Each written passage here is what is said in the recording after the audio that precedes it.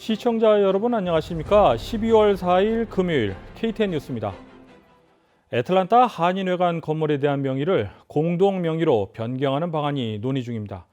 현재는 한인회장 명의로 되어 있어 회장 임기에 따라 명의를 계속 변경해 온 것으로 어제 열린 전직 한인회장단 회의에서 알려졌습니다. 애틀란타 한인회와 전직 한인회장단은 3일 기자회견을 열고 11월 임시이사회 결과 보고와 코로나19 구제사업 진행 상황, 그리고 김치축제와 윤리법사위원회 건에 대해 소개했습니다. 이날 사회를 맡은 김상국 수석부회장은 회의 서두에서 오늘 회의는 애틀란타 한인사회의 화합을 위한 자리라고 강조했습니다. 오영록 전 한인회장은 코로나19 구제사업 가운데 렌트비와 유틸리티비 지원 사업은 자신이 맡고 식료품 지원 사업은 권기호 자문위원장이 맡게 되었다며 어려움에 처해 있는 한인들을 돕기 위해 노력할 것이라고 밝혔습니다. 이와 관련 이성희 프로그램 매니저는 귀네 카운티 정부 방침상 밀린 렌트비와 유틸리티비에 대해서만 지원하게 되어 있다며 신청 자격 조건에 대해 소개했습니다.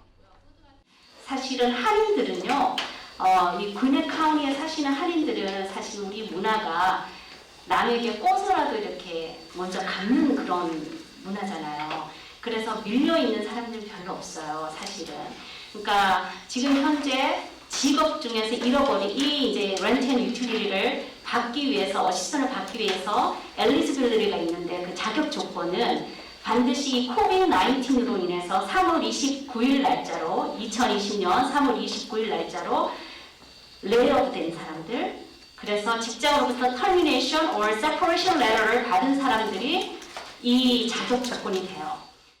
오영록 전 한인회장은 앞으로 전직 한인회장들 가운데 몇몇을 선정, 현 회장과 함께 애틀란타 한인회관 건물에 대한 명의를 공동 명의로 변경하는 방안을 협의 중이라고 밝혔습니다. 이에 대해 김윤철 한인회장은 추천받은 명단을 다음 이사회에 상정할 예정이라고 말하며 공동 명의로 올릴 인원수는 아직 결정된 것이 없다고 덧붙였습니다. 한인회관 명의를 공동 명의로 추진하게 된 배경에 대해서는 한인회관 매각을 한인회가 단독으로 결정하지 못하게 하기 위한 것이라는 해석입니다. 한편 애틀란타 한인회는 오는 12일과 13일 양일간에 걸쳐 김치축제를 진행할 방침입니다.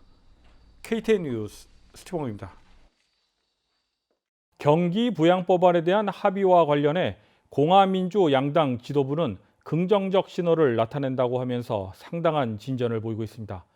케어스법에 따른 지원이 곧 종료되는 만큼 이번 협상에 대한 관심이 모아지고 있습니다. 보도에 김용성 기자입니다. 경기부양법안에 대해 공화당과 민주당 지도부가 긍정적인 신호를 나타내고 있습니다. 민주당 지도부는 양당 의원 일부가 발표한 980억 달러 규모 경기부양법안에 대해 지지를 표했으며 해당 법안을 협상의 시작점으로 사용할 의사가 있다고 밝혔습니다. 공화당 미치 매코넬 상원 원내대표는 9,080억 달러 법안이 아닌 5천억 달러 규모 경기부양법안을 지지하고 있습니다. 민주당 낸시 펠로시 하원 의장은 협상 타결 가능성에 대해 낙관론을 드러냈습니다. 펠로시 의장은 일부 내용에 대해서는 아직 의견 차이가 있지만 협상이 진전을 보이고 있다고 말했습니다. 매코넬 상원 원내대표 또한 민주당 측과 긍정적인 논의를 진행했다고 밝혔던 바 있습니다. 민주당이 지지하는 법안과 공화당이 지지하는 법안은 모두 실업수당, 임금보장 프로그램 PPP에 대한 내용은 포함하고 있지만 1,200달러 경기부양 지원금에 대한 내용은 포함하고 있지 않습니다. 양당이 합의에 이를 수 있을지에 대해서는 아직 불투명합니다. 미국의 경제 회복이 둔화되고 있으며 팬데믹 긴급 실업수당 PEUC 등 3월에 통과된 케어스법의 지원이 곧 만료되는 만큼 각계에서 법안 통과를 촉구하고 있습니다.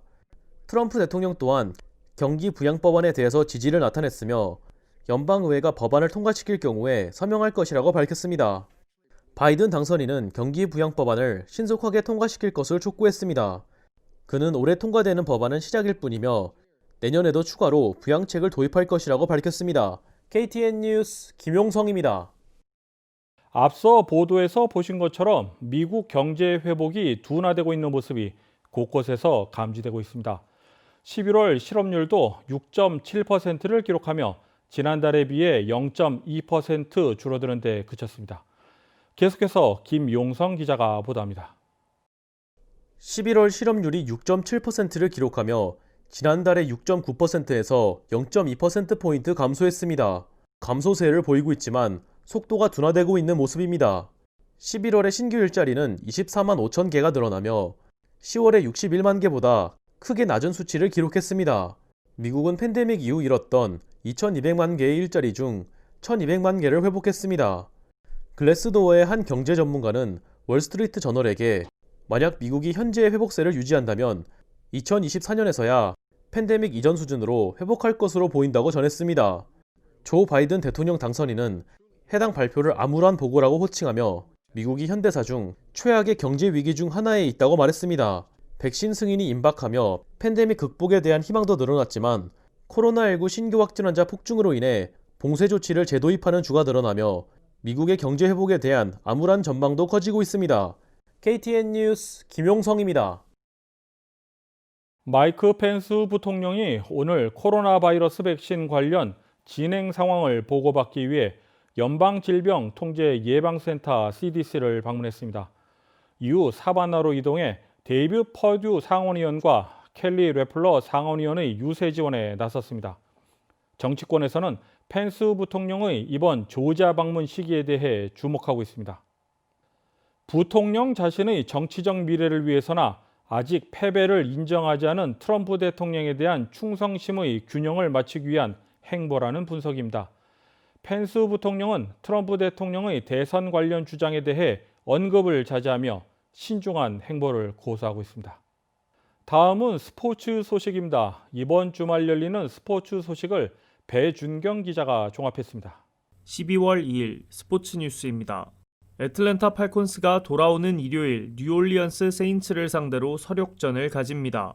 지난 11월 22일 추수감사절 직전 가졌던 원정 경기에서 9대24로 패배한 바 있는 팔콘스는 현재 시즌 4승 7패로 아직 플레이오프 막차에 오를 수 있는 기회가 존재합니다. 팔콘스는 현재 임시 감독직을 맡고 있는 라힘 모리스 체제에서 4승 2패를 기록하며 전환점을 마련했습니다. 특히 모리스 감독 아래에서 경기당 4.4점의 득점이 증가한 것도 눈에 띄지만 12.2점의 실점이 줄어들며 수비력이 한층 개선됐다는 평가입니다. 과연 팔콘스가 NFC 남부지구 최대 라이벌이며 지구 1위를 달리고 있는 세인츠를 상대로 홈에서 지난번 패배를 서력할 수 있을지 팬들의 기대가 모아지고 있습니다. 다음은 대학 풋볼 경기 소식입니다. UGA가 이번 시즌 플레이스 키커 포지션에 여성 선수를 기용 중인 벤더빌트를 상대하게 됩니다. 전미대학체육협회 NCAA 풋볼 컨퍼런스 중 가장 강하고 치열하다고 평가받는 사우스 이스턴 컨퍼런스에서 UGA는 동부지구 2위, 벤더빌트는 최하위에 자리하고 있습니다. 벤더빌트의 사라 풀러는 NCAA 풋볼에서 가장 크고 강력한 컨퍼런스들인 ACC, 빅10, 빅12, 팩12, 그리고 SEC와 무소속 노트르담 대학을 일컫는 파워5 경기에 첫 출전한 여성 선수입니다. 사라 풀러는 벤더빌트 대학의 여자 축구팀에서 골키퍼 포지션을 맡았으며 지난주 벤더빌트가 미주리를 상대하기 며칠 전 선수로 등록되어 후반전 시작을 알리는 스퀴브킥을 시도하였습니다. 사라 풀러 선수가 이번 조지아전에서도 출전이 예상되는 가운데 과연 그녀가 이번 경기에서는 득점을 노리는 킥을 시도할 수 있을지 지켜보는 것도 하나의 관전 요소가 될 것으로 보입니다. 골프 소식입니다. 2020년 PGA 투어 마지막 대회인 마야코바 클래식이 지난 3일부터 진행 중입니다. 멕시코 플라야 델 카르멘의 엘 카멜레온 골프클럽에서 열리는 마야코바 클래식은 PGA 투어 최초로 멕시코에서 열리는 대회입니다. 스코틀랜드 출신의 러셀 녹스가 1라운드 6언더파를 기록하며 단독 1위에 올랐고 그 뒤로 톰 호기가 5언더파 단독 2위, 그 후 호아킨 니에만, 토니 피나우, 그리고 에밀리아노 그리오가 선두권을 형성하였습니다. 이번 마야코바 클래식에는 다른 선수들보다 조금 더 큰 절실함으로 경기에 임하고 있는 선수가 있습니다. 바로 선두권에서 경쟁 중인 칠레 출신의 호아킨 니에만입니다. 호아킨 니에만의 조카 라피타 칼데로는 지금 생후 1개월 된 아기입니다. 라피타는 3개월 안에 약을 투여받지 못하면 사망할 수 있는 척수 근위축증을 앓고 있습니다. 척수근 위축증의 제1형은 발현 시기가 생후 6개월 미만이며 90%의 치사율을 기록하고 있습니다. 졸겐스마라 불리는 라피타를 위한 치료제는 무려 200만 달러가 넘습니다. 동료 선수들도 아이보리색 리본을 착용하며 니에만의 모금 활동을 지지하고 있습니다. 다음은 축구 소식입니다. 미국 메이저리그 축구 MLS 플레이오프가 컨퍼런스 파이널을 앞두고 있습니다. 어제 서부 컨퍼런스 세미파이널 두 번째 경기에서 4번 시드였던 미네소타가 1번 시드 캔자스 시티를 잡으며 대진이 완성되었습니다. 이번 주 일요일인 6일 오후 3시에 열릴 예정인 동부 컨퍼런스 파이널에서는 뉴잉글랜드 레볼루션과 콜럼버스 크루가 서로를 상대합니다. 서부 컨퍼런스 파이널에서는 미네소타 유나이티드와 시애틀 사운더스가 맞붙습니다. 이 경기는 다음 주 월요일인 7일 저녁 9시 30분으로 예정되어 있습니다. 과연 플레이인 라운드에서 9번 시드 몬트리올 임팩트를 잡고 8번 시드로 플레이오프에 오른 뉴잉글랜드가 1번 시드였던 필라델피아 그리고 4번 시드였던 올랜도 시티와 더불어 3번 시드인 콜럼버스 크루까지 꺾으며 동부 컨퍼런스 타이틀을 거머쥘 수 있을지 시즌 막바지 긴장감이 고조되고 있습니다. 손흥민 선수가 속해 있는 토트넘 핫스퍼의 기세가 매섭습니다. 잉글리시 프리미어리그가 10라운드까지 치러진 현재 토트넘은 6승 3무 1패로 리그 1위에 올라 있습니다. 토트넘은 이번 주 일요일인 6일 오전 11시 30분 최대 라이벌 아스날을 상대로 북런던 더비를 치르게 됩니다. 아스날은 이번 시즌 리그에서는 4승 1무 5패로 부진하고 있지만 지난 3일 열린 오스트리아 클럽 라피드 빈과의 유로파 리그 조별 경기에서 홈에서 4대1로 승리하며 이번 더비 경기 전 분위기 전환에 성공했습니다. 과연 손흥민 선수가 골을 추가하여 다시 득점 1위로 올라설 수 있을지 축구 팬들의 기대가 모아지고 있습니다. KTN 뉴스 배준경입니다. 다음은 코로나19 소식입니다. 어제 미국의 코로나19 신규 확진 환자와 신규 사망자가 역대 최고치를 기록했습니다. 오늘의 코로나19 현황을 김용성 기자가 정리했습니다. 4일 오후 3시 30분 기준 미국 내 코로나19 누적 확진 환자는 1,470만 916명, 누적 사망자는 28만 4,750명입니다. 어제 하루 동안 신규 확진 환자는 22만 643명 늘었고 신규 사망자는 2,923명 증가했습니다. 주별 누적 확진 환자는 텍사스, 캘리포니아, 플로리다, 일리노이, 뉴욕 순으로 많습니다. 주별 누적 사망자는 뉴욕, 텍사스, 캘리포니아, 플로리다, 뉴저지 순으로 많습니다. 다음은 조지아주 코로나19 현황입니다. 주 보건당국의 오후 2시 50분 집계에 따르면 조지아주의 누적 확진 환자는 43만 8,300명, 누적 사망자는 8,922명으로 집계됐습니다. 신규 확진 환자는 5,023명 증가했고 신규 사망자는 43명 증가했습니다. 항원검사 양성 판정자는 누적 5만 6,054명, 신규 1,578명입니다. 다음은 카운티별 집계입니다. 풀턴 카운티 누적 확진 환자 3만 9,001명, 누적 사망자는 677명입니다. 3일에서 4일 사이에 신규 확진 환자는 507명 늘었고 신규 사망자는 2명 늘었습니다. 귀넷 카운티 누적 확진 환자 3만 8,434명, 누적 사망자는 510명입니다. 신규 확진 환자는 559명 늘었고 신규 사망자는 4명 늘었습니다. 캅 카운티 누적 확진 환자 27,602명, 누적 사망자는 502명입니다. 신규 확진 환자는 370명, 신규 사망자는 1명 늘었습니다. KTN 뉴스 김용성입니다.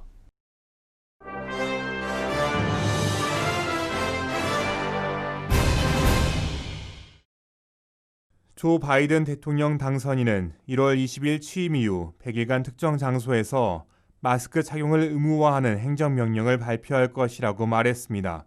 연방 건물, 고속도로 시설, 비행기, 버스 안에서는 마스크 착용이 의무화될 것으로 전했습니다.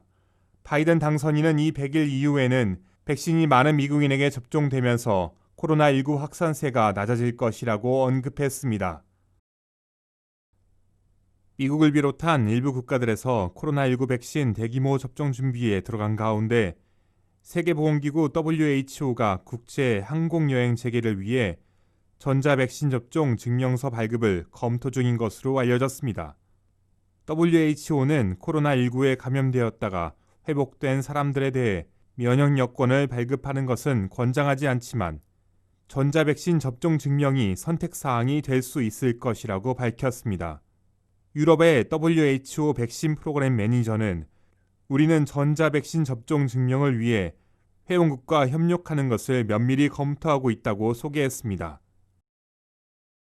연방도로교통안전국에 따르면 현대자동차가 엔진 고장과 이에 따른 화재 위험으로 미국에서 차량 12만 9천 대를 리콜합니다. 리콜 대상은 2012년 산타페, 2015년, 2016년 벨로스터, 2011, 12, 13, 16년 소나타 하이브리드입니다.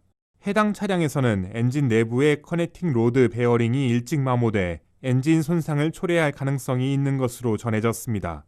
이로 인해 엔진이 꺼지고 화재 위험이 높아질 수 있습니다. 교통당국은 자동차 딜러들이 해당 차량의 엔진을 점검해 베어링 마모가 발견되면 교체해야 한다고 강조했습니다.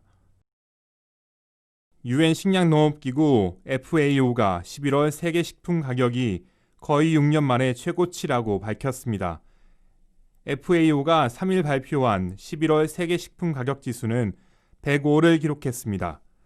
이는 전달의 100일보다 4포인트 오르면서 2012년 7월 이후 가장 큰 폭으로 올랐으며 가격지수 105는 2014년 12월 이후 가장 높은 기록입니다. 유엔 식량농업기구는 코로나19로 수입이 감소한 사람들에게 식품 가격 상승은 큰 부담을 주고 있다고 지적하며 코로나19가 세계 식량 불안의 중요한 동력으로 작용하고 있다고 경고했습니다. 이상으로 12월 4일 KTN 뉴스를 모두 마칩니다. 이번 한 주간도 수고하셨습니다. 시청해주신 여러분 고맙습니다.